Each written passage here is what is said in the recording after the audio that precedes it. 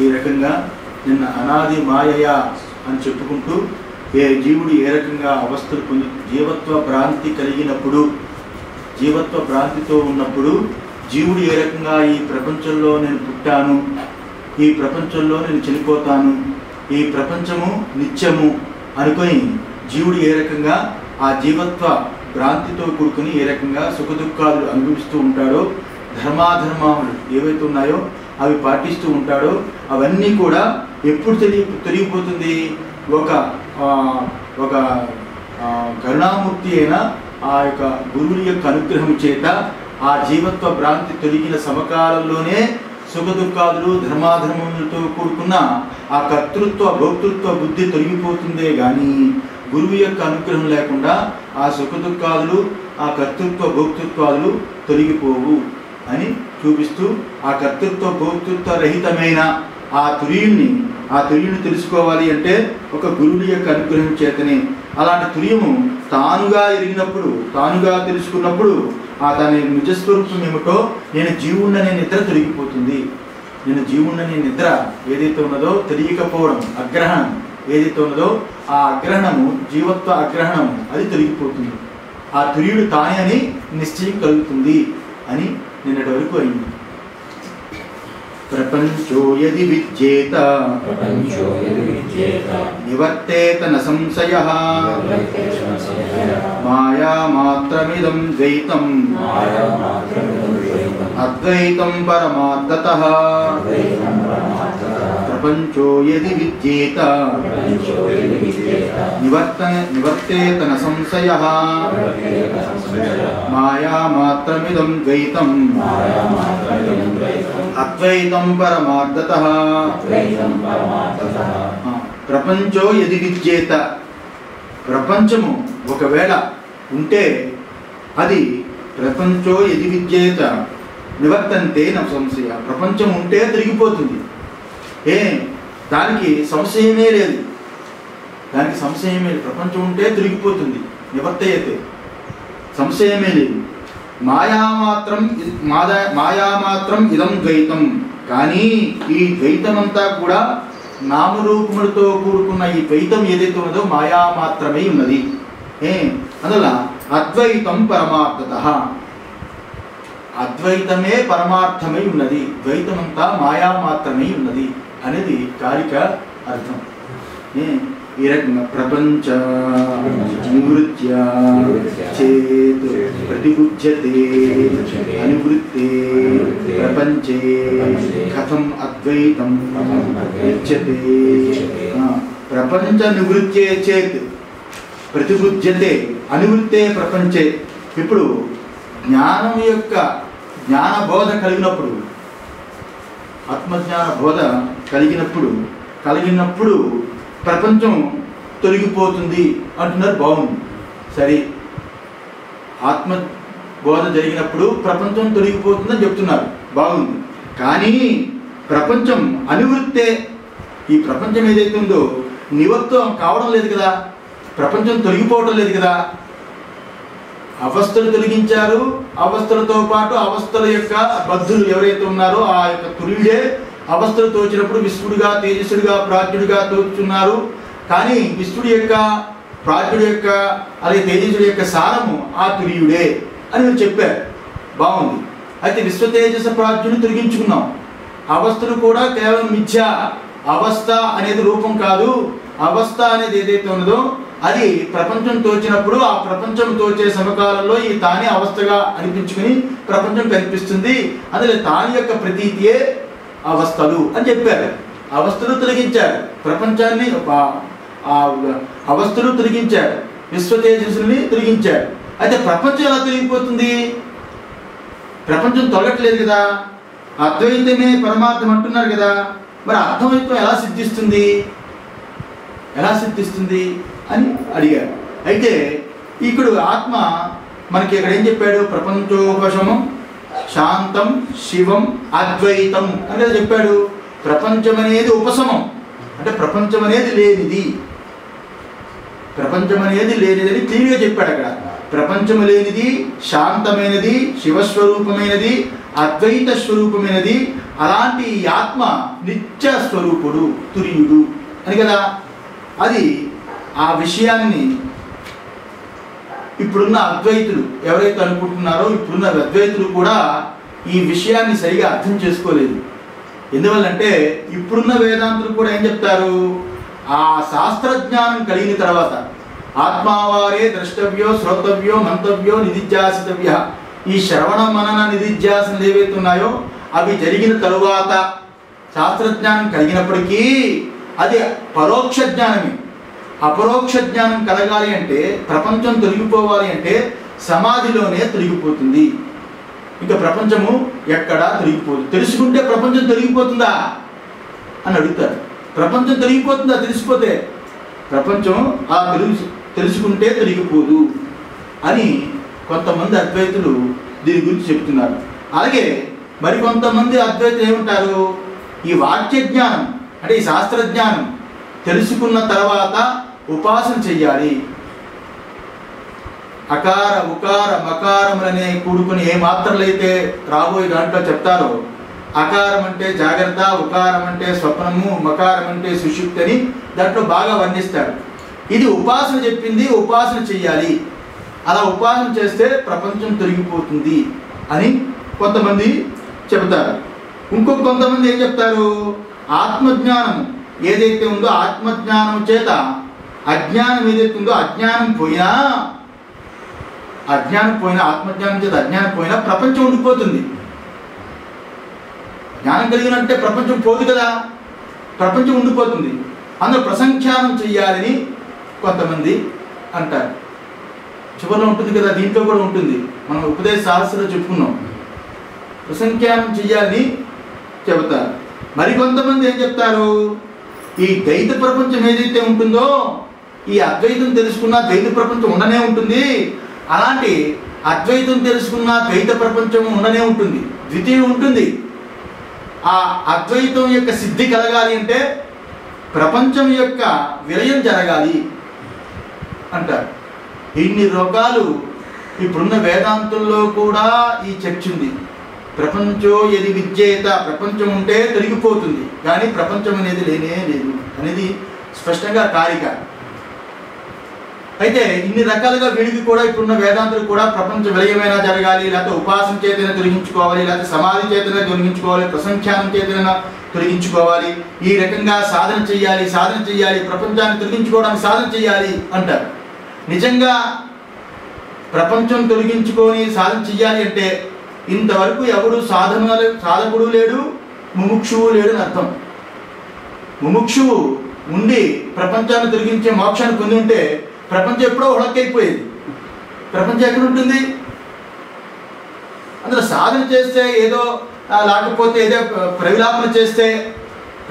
విలయం చేస్తే, లేకపోతే సమాధిలోని ప్రపంచం పోతున్నది అంటే ప్రపంచం పూర్తిగా పోయింది. ఇంకా ఆ ఒక్క జ్ఞాని చేత, ఆ ముముక్షుని చేత ఇంకా ప్రపంచం ఎందుకు ఉంటుంది?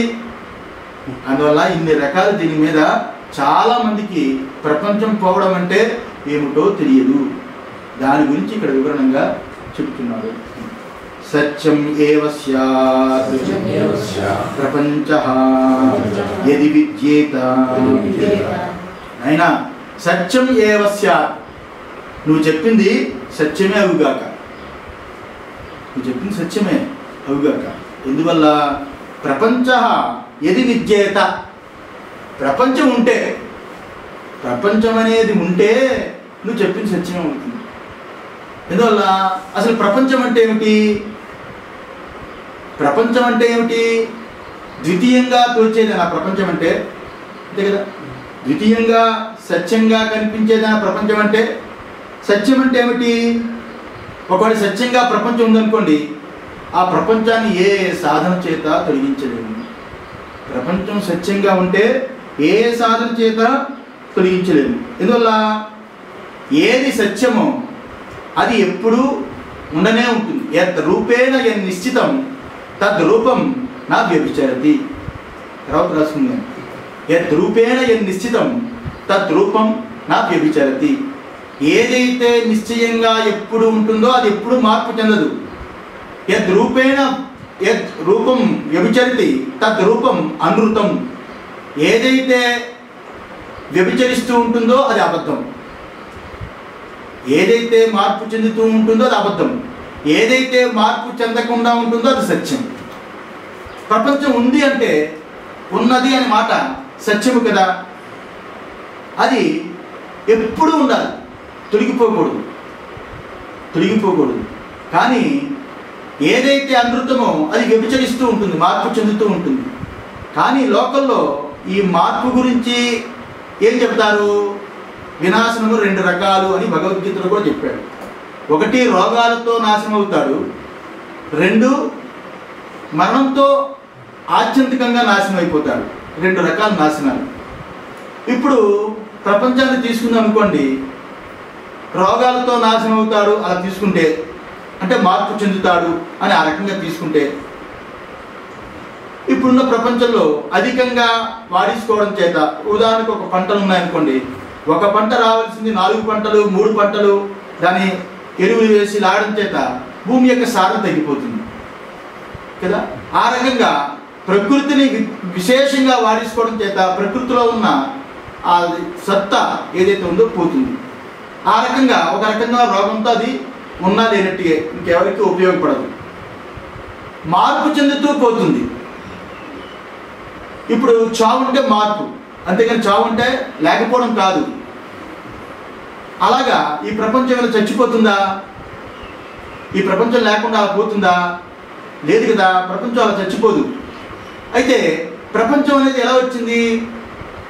ప్రపంచం ఉంది అనడానికి ఆధారం ఏమిటి? ప్రపంచం ఉన్నది అనడానికి ఆధారము ఇంద్రియాలే.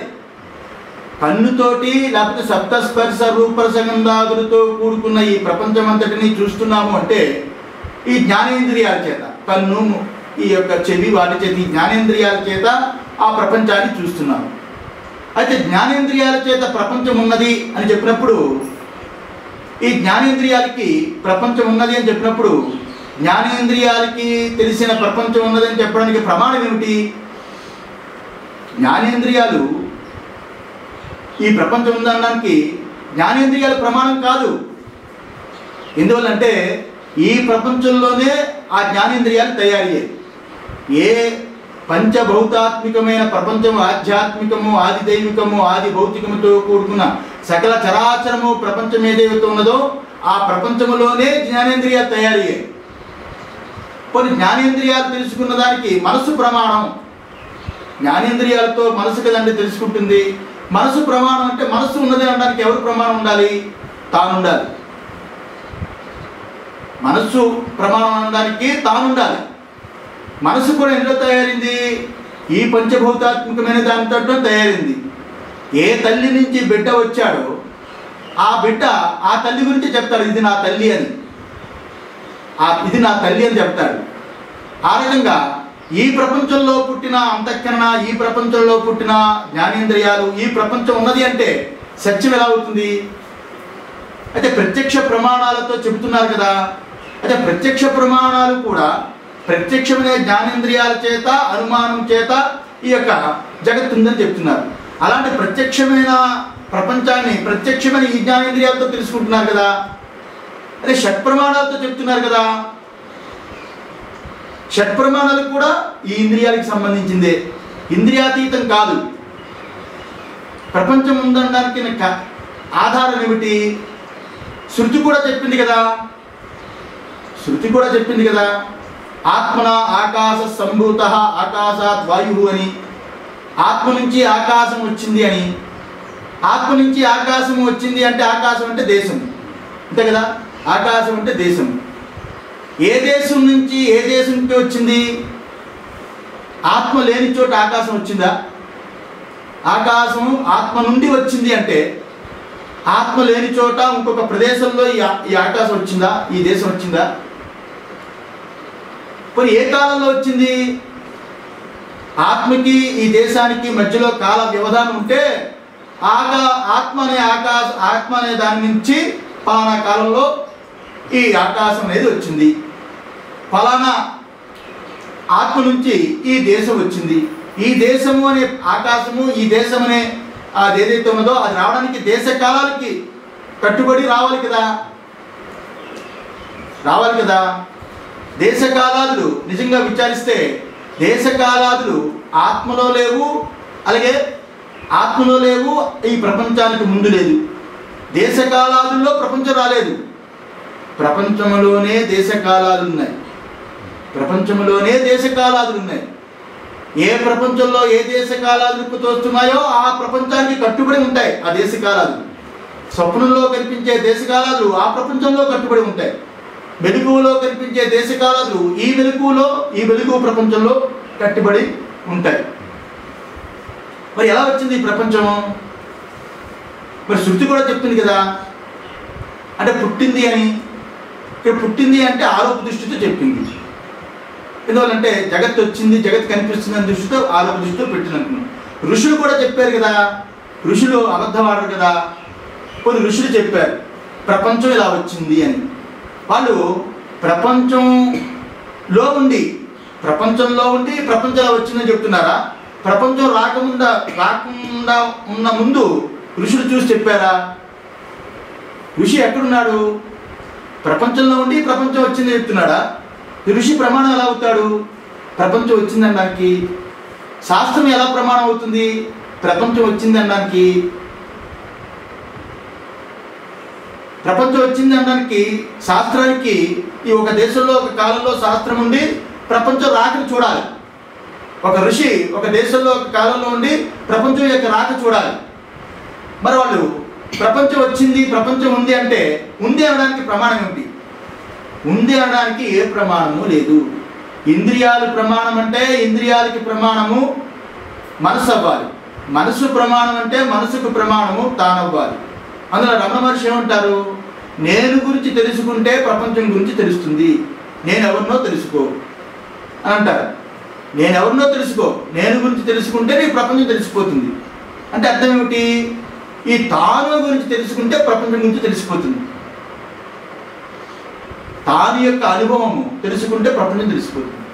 అయితే ఇప్పుడు ఇంద్రియాలకి ఏదైతే ప్రపంచం కనిపిస్తుందో, ఇంద్రియాలకు కనిపించే ప్రపంచము ఇంద్రియానుభవానికి కట్టుబడి ప్రపంచం కనిపిస్తుంది అంటే అప్పుడు ఇంద్రియాలు గొప్పదవుతుంది, కానీ ప్రపంచం ఎలా అవుతుంది గొప్పది?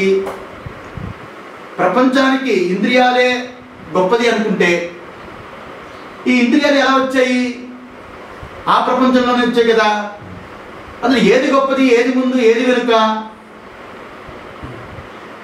కొన్ని మనసు గురించి చెప్పామనుకోండి, మనసు చాలా గొప్పది అంటే మనసు ఎలా గొప్పదవుతుంది? ఇంద్రియాలు లేకపోతే మనసు యొక్క పని ఏముంది? ఇంద్రియాలు ఉన్నప్పుడే మనసు యొక్క పని. మనసు ఏదైనా చూడాలంటే ఇంద్రియాల యొక్క తాకిడి ఉండాలి, ఇంద్రియాలు ప్రమాణంగా ఉండాలి. ఇంద్రియాలు లేకపోతే మనసుకు విలువే లేదు. అయితే ఇంద్రియాల కంటే మనసు గొప్పది అంటే మనసు ఎలా గొప్పదవుతుంది? ఇంద్రియాలు లేకపోతే మనసు ఎలా పనిచేస్తుంది? మనసుకు ఉనికి ఉంది, ఉన్న ఉపయోగం ఉంది. అందువల్ల ఏది ముందు మరి? ఇంద్రియాలు ఉందా, మనసు ఉందా? మనసు, ఇంద్రియాలు, ప్రపంచము ఏది ముందో ఏది వెనుకో చెప్పలేము. కాబట్టి ఇవన్నీ కూడా ప్రపంచంలో ఒక మూటే. అందులో ఈరోజు ఎంత సైంటిస్ట్ ఎంత గొప్ప విషయాన్ని కనిపెట్టినా ఆ విషయము ఆ కాలంలో ఆ దేశంలో కనిపెట్టిన విషయం ఇంకొక కాలంలో ఇంకొక దేశంలో చల్లదు. ఇందులో ఇంద్రియజన్యమైన మానసిక జన్యమైన విషయమే ఉన్నది, మానసిక జన్యమైన విషయమే ఉన్నది. మార్పు చెందే సకల విశ్వము కూడా ఆ విశ్వములో సృష్టించబడే ఇంద్రియాల మనసు కూడా మార్పు చెందుతూ ఉంటుంది. ఆ మార్పు సమకాలంలో ఉన్న స్థితిలో గతి నివృత్తో అన్నారు కదా. ఎప్పుడైతే ఆ మనసు నిలిచిన సమకాలంలో, మార్పు చెందకుండా నిలిచిన సమకాలంలో ఆ వస్తువు గురించి పరిశోధించి ఫలానా అని చెబుతుంది. చలిస్తూ మార్పు చెందుతూ ఉన్న మనసు మళ్ళా ఇంకొంతకాలం తర్వాత అది అబద్ధం, ఇది కరెక్ట్ అని చెప్తుంది. అందువల్ల ప్రపంచంలో పుట్టిన ఇంద్రియాలు, ప్రపంచంలో పుట్టిన మనసు ప్రపంచాన్ని నిర్ధారిస్తుంది అంటే కుదరదు. విషయాన్ని నిర్ధారిస్తుంది అంటే భౌతికమైన మామూలు ఒక విషయాన్ని నిర్ధారిస్తుందంటే మనసు, ఇంద్రియాలు ప్రమాణం. కానీ ప్రపంచానికి ఇంద్రియాలు మనసు ప్రమాణము కాదు. ప్రపంచానికి ఇంద్రియాలు మనసు ప్రమాణం కాదు. ప్రపంచాన్ని చూస్తున్నామంటే ఇంద్రియాలతో చూడటం లేదు, అది గుర్తుంచుకోవాలి. ఇంద్రియాలతో చూస్తున్నామంటే విషయాన్ని చూస్తున్నాం, ప్రపంచాన్ని చూడటం లేదు. ప్రపంచాన్ని చూస్తున్నామంటే మనసుతో చూడటం లేదు. విషయాన్ని ఇంద్రియాలు సేకరిస్తే ఆ విషయాన్ని మాత్రమే మనసు చూస్తుంది. ఇంకా మనసు ఏదైనా ఉంటే ఊహిస్తుంది. ఊహించేదల్లా నిజం అవుతుంది. పొగ ఉన్న చోటల్లా అగ్ని ఉంటుందంటే అక్కడ మంచు ఉంది, అక్కడ అగ్ని ఉందా? అది పొగే. పొగ ఉన్న చోటల్లా అగ్ని ఉంటుందంటే అది అనుమానం, అది నిజం కాకపోవచ్చు. అందులో మనసు ఊహించిందల్లా నిజం అవుతుంది. అందులో ఊహలతో కూడుకుని కంటికి కనిపించేది నిజం అనుకుంటే కుదరదు. అది ప్రపంచ అంతర్గతమైనది. అయితే ప్రపంచమంతా ఎవరు చూస్తున్నారు? ప్రపంచమంతా ఎవరికి కనిపిస్తుంది? నా అనుభవానికి కనిపిస్తుంది. సాక్షి అనుభవం అన్నాం కదా. సాక్షి అనుభవానికి ప్రపంచం తోస్తుంది, కానీ ఇంద్రియాలకి తోచదు, మనసుకి తోచదు. మనసుకి ఇంద్రియాలకి విషయాలు తోస్తాయి, కానీ టోటల్ ప్రపంచమంతా నీ యందు వచ్చిపోతున్నది అన్నప్పుడు స్వప్నంలో కనిపించే ప్రపంచము స్వప్నంలో మెలకువలో లేదు, మెలకువలో కనిపించే ప్రపంచము స్వప్నంలో లేదు అన్నప్పుడు టోటల్ ప్రపంచం అంతటిని దేనిని బట్టి విచారిస్తున్నాము? అనుభవాన్ని పెట్టి విచారిస్తున్నాము కదా. టోటల్ ప్రపంచం అంతటిని అనుభవాన్ని పెట్టి విచారిస్తున్నాం. ఇంద్రియాల చేత విచారించలేము, మనసుతోటి విచారించలేము. ఇంద్రియాలు మనసు ఆ ప్రపంచం లోపట మూట. మనం ఎక్కడికి దాటి మాట్లాడుతున్నాము? స్వప్న ప్రపంచాన్ని, మెలకువ ప్రపంచాన్ని, రెండు ప్రపంచాలని చూసే అనుభవంతో మాట్లాడుతున్నాం. అయితే ప్రపంచం ఉన్నది అనడానికి అనుభవం కారణమే ఉంది, అంతే కదా. అయితే ప్రపంచం ఎక్కడ తోస్తున్నది? అనుభవం కారణమైంది. ప్రపంచం ఎక్కడ తోస్తున్నది? నా అనుభవం ఎందు. నా అనుభవం ఎందు అన్నప్పుడు నా అనుభవం లోపట, నా అనుభవం బయట ప్రపంచం తోస్తున్నది. అనుభవం ఎందే ఈ ప్రపంచం అంతా తోస్తున్నది అన్నప్పుడు నా అనుభవం లోపట తోస్తున్నదా? నా అనుభవం బయట తోస్తున్నదా? లోపటన్నా దేశకాలాలకు కట్టుబడి ఉండాలి, బయటన్నా దేశకాలాలకి ఉండాలి. అసలు అనుభవంలో దేశకాలాలు లేవు కదా, ప్రపంచంలో ఉన్నాయి కదా దేశకాలాలు. అనుభవానికి ప్రపంచానికి మధ్యలో దేశము కాలము అడ్డు లేదు కదా. నా అనుభవం ఏందే ప్రపంచం తోస్తున్నది. అది కరెక్ట్ స్టేట్మెంట్ కాదు, అదొక స్టేజ్. మరి ఏంటి స్టేట్మెంటు? నా అనుభవమే ప్రపంచమై తోస్తున్నది. నా అనుభవమే ప్రపంచమై తోస్తున్నది. అందువల్ల ప్రపంచం ఉన్నది అనడానికి నా అనుభవమే ఆధారం. ప్రపంచం ఉన్నది అనడానికి నా అనుభవమే ఆధారం. అయితే ఇక్కడ రెండో మాట, ప్రపంచం ఉన్నది అనే సమకాలంలో అనుభవం తోచదు. జాగ్రత్తగా ఆలోచించండి. ప్రపంచం ఉన్నది అనే సమకాలంలో అనుభవం తోచదు. మనము పాఠం చెప్పుకోవడానికి, బోధ చేయడానికి శిష్యుడికి అనుభవం యందు ప్రపంచము, అనుభవంలో ప్రపంచము. నీ అనుభవంలో చూసుకో, ప్రపంచం కనిపిస్తున్నదా లేదా? నీ అనుభవంలో ప్రపంచం వచ్చిపోతున్నదా లేదా? స్వప్న ప్రపంచం మెలకువలో, మెలకువ ప్రపంచం స్వప్నంలో వచ్చిపోతున్నదా లేదా అని పాఠం చెప్పడానికి ఆ బోధకి ఆ సమకాలంలో సరిపోతుంది. జాగ్రత్తగా విచారిస్తే నిజంగా అనుభవంలో ప్రపంచం కాదు, అనుభవమే ప్రపంచమే ఉన్నది కదా. అనుభవమే ప్రపంచమే ఉన్నది అన్నప్పుడు ఇక్కడ విచారిస్తే అనుభవమే ప్రపంచమే ఉన్నది అనే సమకాలంలో కూడా విచారిస్తే ప్రపంచం తోచే సమకాలంలో అనుభవంలో ఉండము. అనుభవమే ప్రపంచముగా తోస్తున్నది అంటే ప్రపంచము తోచే సమకాలంలో అనుభవంగా ఉండము. అనుభవం తోచే సమకాలంలో ప్రపంచం ఉండదు. తురీయుని చెప్తున్నప్పుడు అక్కడ ఎలా తెలుసుకున్నాము? నాంత ప్రజ్ఞం, నా బహి ప్రజ్ఞం, నా ఉభయత ప్రజ్ఞం, నా ప్రజ్ఞం, నా అప్రజ్ఞం అని అలా తెలుసుకున్నాం. అన్ని నిషేధిస్తూ తురీయుని తెలుసుకున్నాం. అన్నిటిని నిషేధం చేసినప్పుడు ఆ తురీయుడనే అనుభవం ఏదైతే ఉన్నదో తాకింది కదా. తాకితే ఎలా తాకింది? అన్నిటిని నిషేధించగా తాకింది. కానీ అనుభవం అన్నీ ఉండి అనుభవం తాకదు. అన్నీ ఉండి అనుభవం తాకదు. తురియం తాకదు. తురియము నిషేధించగా తాకుతుంది. అన్నీ అనే దృశ్యరాశిని నిషేధించగా అనుభవం తాకుతుంది. అనుభవం తాకిన సమకాలంలో, తురియుడు అనే అనుభవం తాకిన సమకాలంలో అక్కడ ప్రపంచం లేనిది. నాంత ప్రజ్ఞం, నా బహి ప్రజ్ఞం, ప్రపంచం లేనిది. అందువల్ల ప్రపంచం తోచే సమకాలంలో అనుభవం ఉండదు, అనుభవం తోచదు. అనుభవం ఉండే సమకాలంలో ప్రపంచం తోచదు. అక్కడ ప్రపంచం అయిపోతాం. అనుభవాన్ని వదిలి ఒక్కసారి నీ యందు ప్రపంచము అన్నప్పుడు నా యందు ప్రపంచంగా ఊహిస్తాను. అది కాదయ్యా, నీ యందు ప్రపంచం అనేది కుదరదు, నీ అనుభవమే ప్రపంచముగా తోచుతున్నది అన్నాము. నీ అనుభవమేగా ప్రపంచముగా తోస్తుంది. విశ్వడేమో ప్రపంచాన్ని చూస్తున్నాడు కాదు, అది కథ. ఆ విశ్వడే ప్రపంచముగా తోస్తున్నాడు. ఆ విశ్వడే ప్రపంచంగా తోస్తున్నాడంటే ఆ ప్రపంచమంతా విశ్వస్వరూపమై ఉన్నది అని అర్థం. అలాగే ఈ ప్రపంచమంతా అనుభవ స్వరూపమై ఉన్నది. ఈ అనుభవమే ప్రపంచంగా తోస్తుంది. ప్రపంచం తోసే సమకాలంలో అనుభవము ప్రపంచంగా తోచుతున్నది, కానీ అనుభవంగా మిగిలి ప్రపంచం తోచదు. ఆ విషయాన్ని చెప్పడానికి రజ్వా సర్ప ఇవ కల్పితత్వాత్ నతు స విద్యతే. రజ్వా సర్ప అంతేనా? రజ్వా సర్ప ఇవ కల్పితత్వాత్ నతు స విద్యతే. కానీ ప్రపంచం యొక్క ఉనికి త్రాడియందు పాము వలె. ప్రపంచం యొక్క ఉనికి ఎలా ఉందంటే త్రాడియందు పాము వలె కల్పితమగుట వలన అని ఇక్కడ అర్థం. త్రాడియందు పాము వలె కల్పితమవడం చేత అని అంటే అర్థం ఏమిటి? అక్కడ తాడు అని తెలియక పాముగా కల్పితమై ఉన్నది. తన స్వరూపమైన అనుభవము ఏదైతే ఉన్నదో అనుభవము తెలియనప్పుడు ప్రపంచముగా తోస్తున్నది అని అర్థం. తాడు ఎందు పాము కాదు ఇక్కడ. తాడు ఎందు పాము అంటే తాడు ఎందు అంటే తాడు పైన తాడు లోపట అని అర్థం వస్తుంది. తాడే పాముగా తోస్తున్నది. తాడే పాముగా తోస్తున్నది తెలియనప్పుడు భ్రాంతి చేత.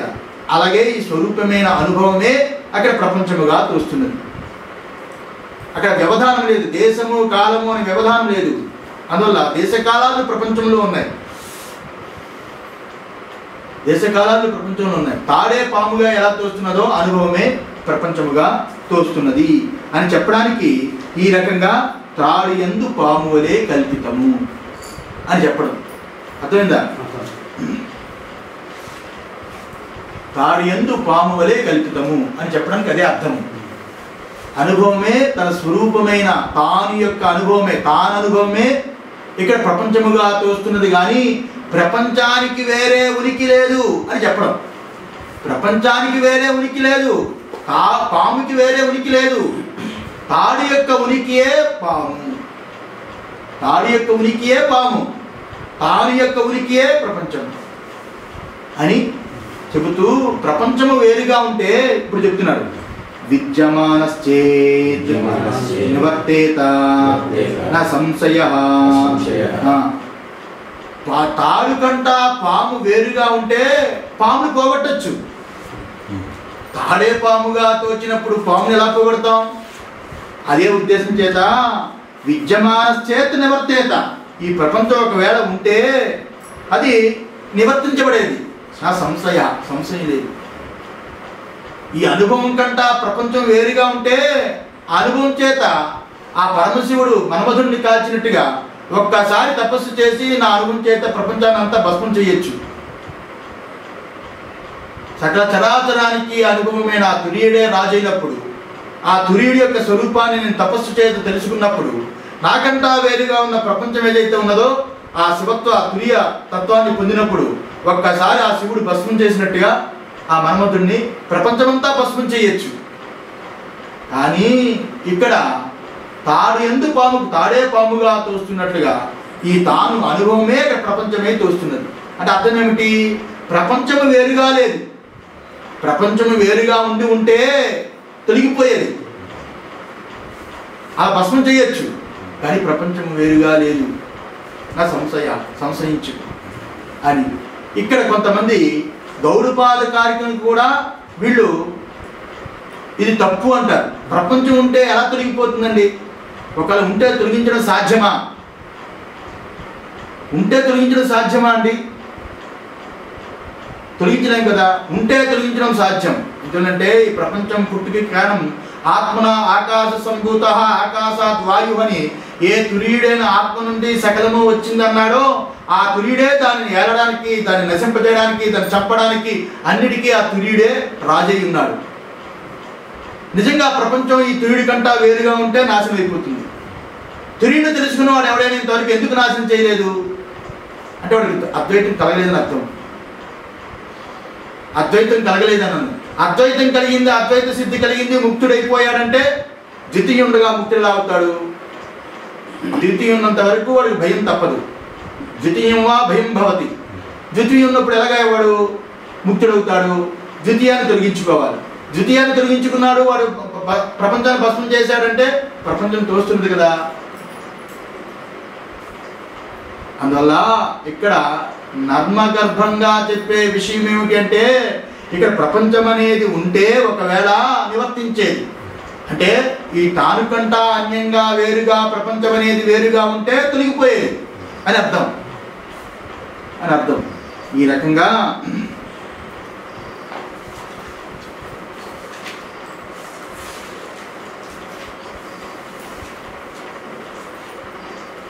నహి రజ్వాం భ్రాంతి బుద్ధ్యా కల్పిత సర్పః విద్యమానః సన్ వివేకతః నివృత్తః నైవ మాయావినా ప్రయుక్త తద్దర్శినాం చక్షుః బంధాపగమే విద్యమాన సతి నివృత్త.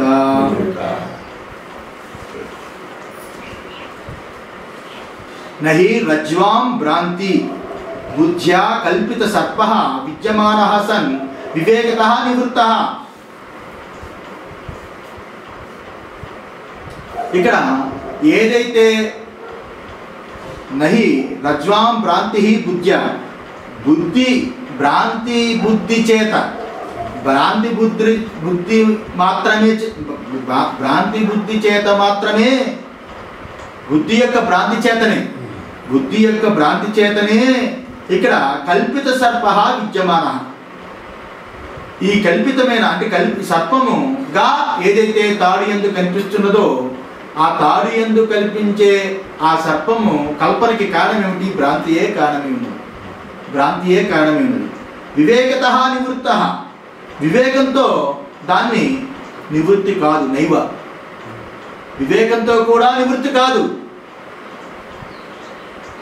ఇక్కడ పాము అని తెలుసుకున్న సమకాలంలో అక్కడ పాము అనేది తొలగిపోతుంది కదా. పాము కాదు అని తెలుసుకున్న సమకాలంలో పాము తొలగిపోతుంది, తాడు అని తెలియబడుతుంది కదా. ఎందువల్ల అక్కడ పాము పుట్టనే లేదు, పాము అనేది లేనే లేదు. కానీ పాము యొక్క వృత్తి స్మృతి రూపకంగా మనసులో ఉన్నది. వస్తువులో పోయింది కానీ మనసులో పోదు. అంటే పాము యొక్క స్మృతి ఏదైతే ఉన్నదో ఆ స్మృతియే అక్కడ పాముగా తాడు యందు తోచింది. కానీ ప్రపంచము తోచడానికి ఏమిటి స్మృతి? ఏది స్మృతి? పాము తోచింది అంటే పూర్వం ఒకసారి స్మృతిలో ఉంది కాబట్టి బుద్ధిలో అది ఇక్కడ పాము అని తోచింది. స్మృతిలో పాము లేకపోతే అక్కడ పాముని ఆ యొక్క వికల్పమే జరగడానికి వీలు లేదు కదా. అయితే ప్రపంచం అనేది ఏ స్మృతిలో ఉందని తోచుతున్నది అంటే ఇక్కడ అర్థం ఏమిటి అంటే స్మృతివత్ స్మృతి, స్మృతి వలె ఉన్న స్మృతి అని చెప్పడం అక్కడ. అంటే అర్థం ఏమిటి? అనుభవం యొక్క స్వరూపము తెలియకపోవడమే ఇక్కడ ప్రపంచము. కానీ అనుభవానికి స్మృతి కాదు, ఇంద్రియాలకు తగినట్టుగా అది స్మృతి కాదు. ఒకప్పుడు ఉండి అది ఇప్పుడు లేకుండా మరొకసారి కనిపించడం కాదు, ఇక్కడ స్మృతి కాదు కదా. అలాగే ఇక్కడ పాము ఏదైతే నిజంగా కల్పితమైన సర్పము ఏదైతే ఉందో సర్పముగానే అక్కడ ఉంటే నివృత్తి కాదు. అంటే ఏమిటి? తోచే సమకాలంలో కూడా అది సర్పం లేదని అర్థం. అలాగే తోచే సమకాలంలో కూడా అక్కడ ప్రపంచము లేనిదే ఉన్నట్టుగా, తోచే సమకాలంలో కూడా అక్కడ ప్రపంచము లేనిదే. కానీ తోచే సమకాలంలో అక్కడ సర్పం ఉన్నదా? ఇది పాము అని తోచే సమకాలంలో కూడా అక్కడ పాము అనేది లేనే లేదు. ఉంటే నివృత్తి చేయడం కష్టం అని అక్కడ చెప్పడం. ఉంటే నివృత్తి చేయడం కష్టం. ఎందుకంటే అక్కడ తోచేదే కానీ ఉన్నది కాదు అని అర్థం. తోచేదే కానీ ఉన్నది కాదు అని.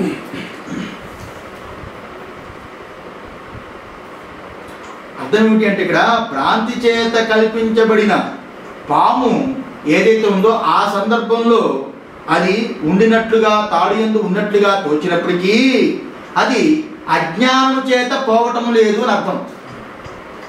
ఆ జ్ఞానము చేత పోవటం లేదు.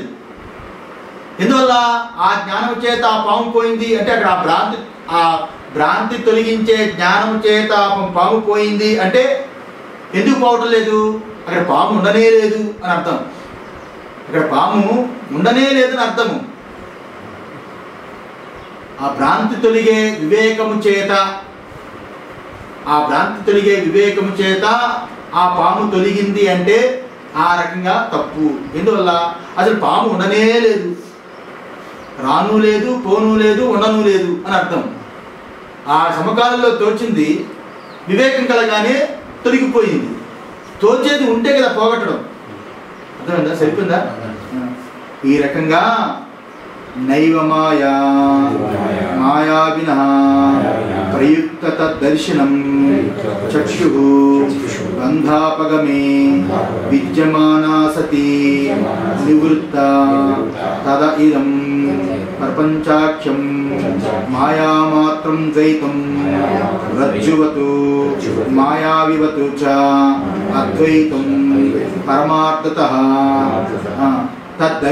ఏదైతే మాయావినా ప్రయుక్త తద్దర్శనం మాయావి చేత ఏదైతే చెయ్యబడిందో మాయావిన ముందు చూపించాడు కదా, ఇలాగ తాడు విసరడం, దాన్ని ఎక్కడం, దాన్ని ఎక్కిన తర్వాత పైన శత్రువులతో యుద్ధం చేయడం, ఆ కత్తులు కటాలు రక్త మాంసములు కణములుగా కింద పడడము అన్నీ జరుగుతున్నప్పటికీ వీడు ఎక్కినట్టుగా కనిపించిందే కానీ ఆ పురుషుడు ఆ భూమి అంతే ఎలా ఉన్నాడో ఇదంతా కూడా మాయా సదృశముతో కూడుకుని ఇంద్రజాలం మాయావి ఏ రకంగా చూపించాడో అని అక్కడ చెప్పాడు కదా. అలాంటి మాయావి చేత ఏదైతే చేయబడిందో ఆ యొక్క కనికట్టు అంటాం, అది ఏదైతే ఆ కనికట్టు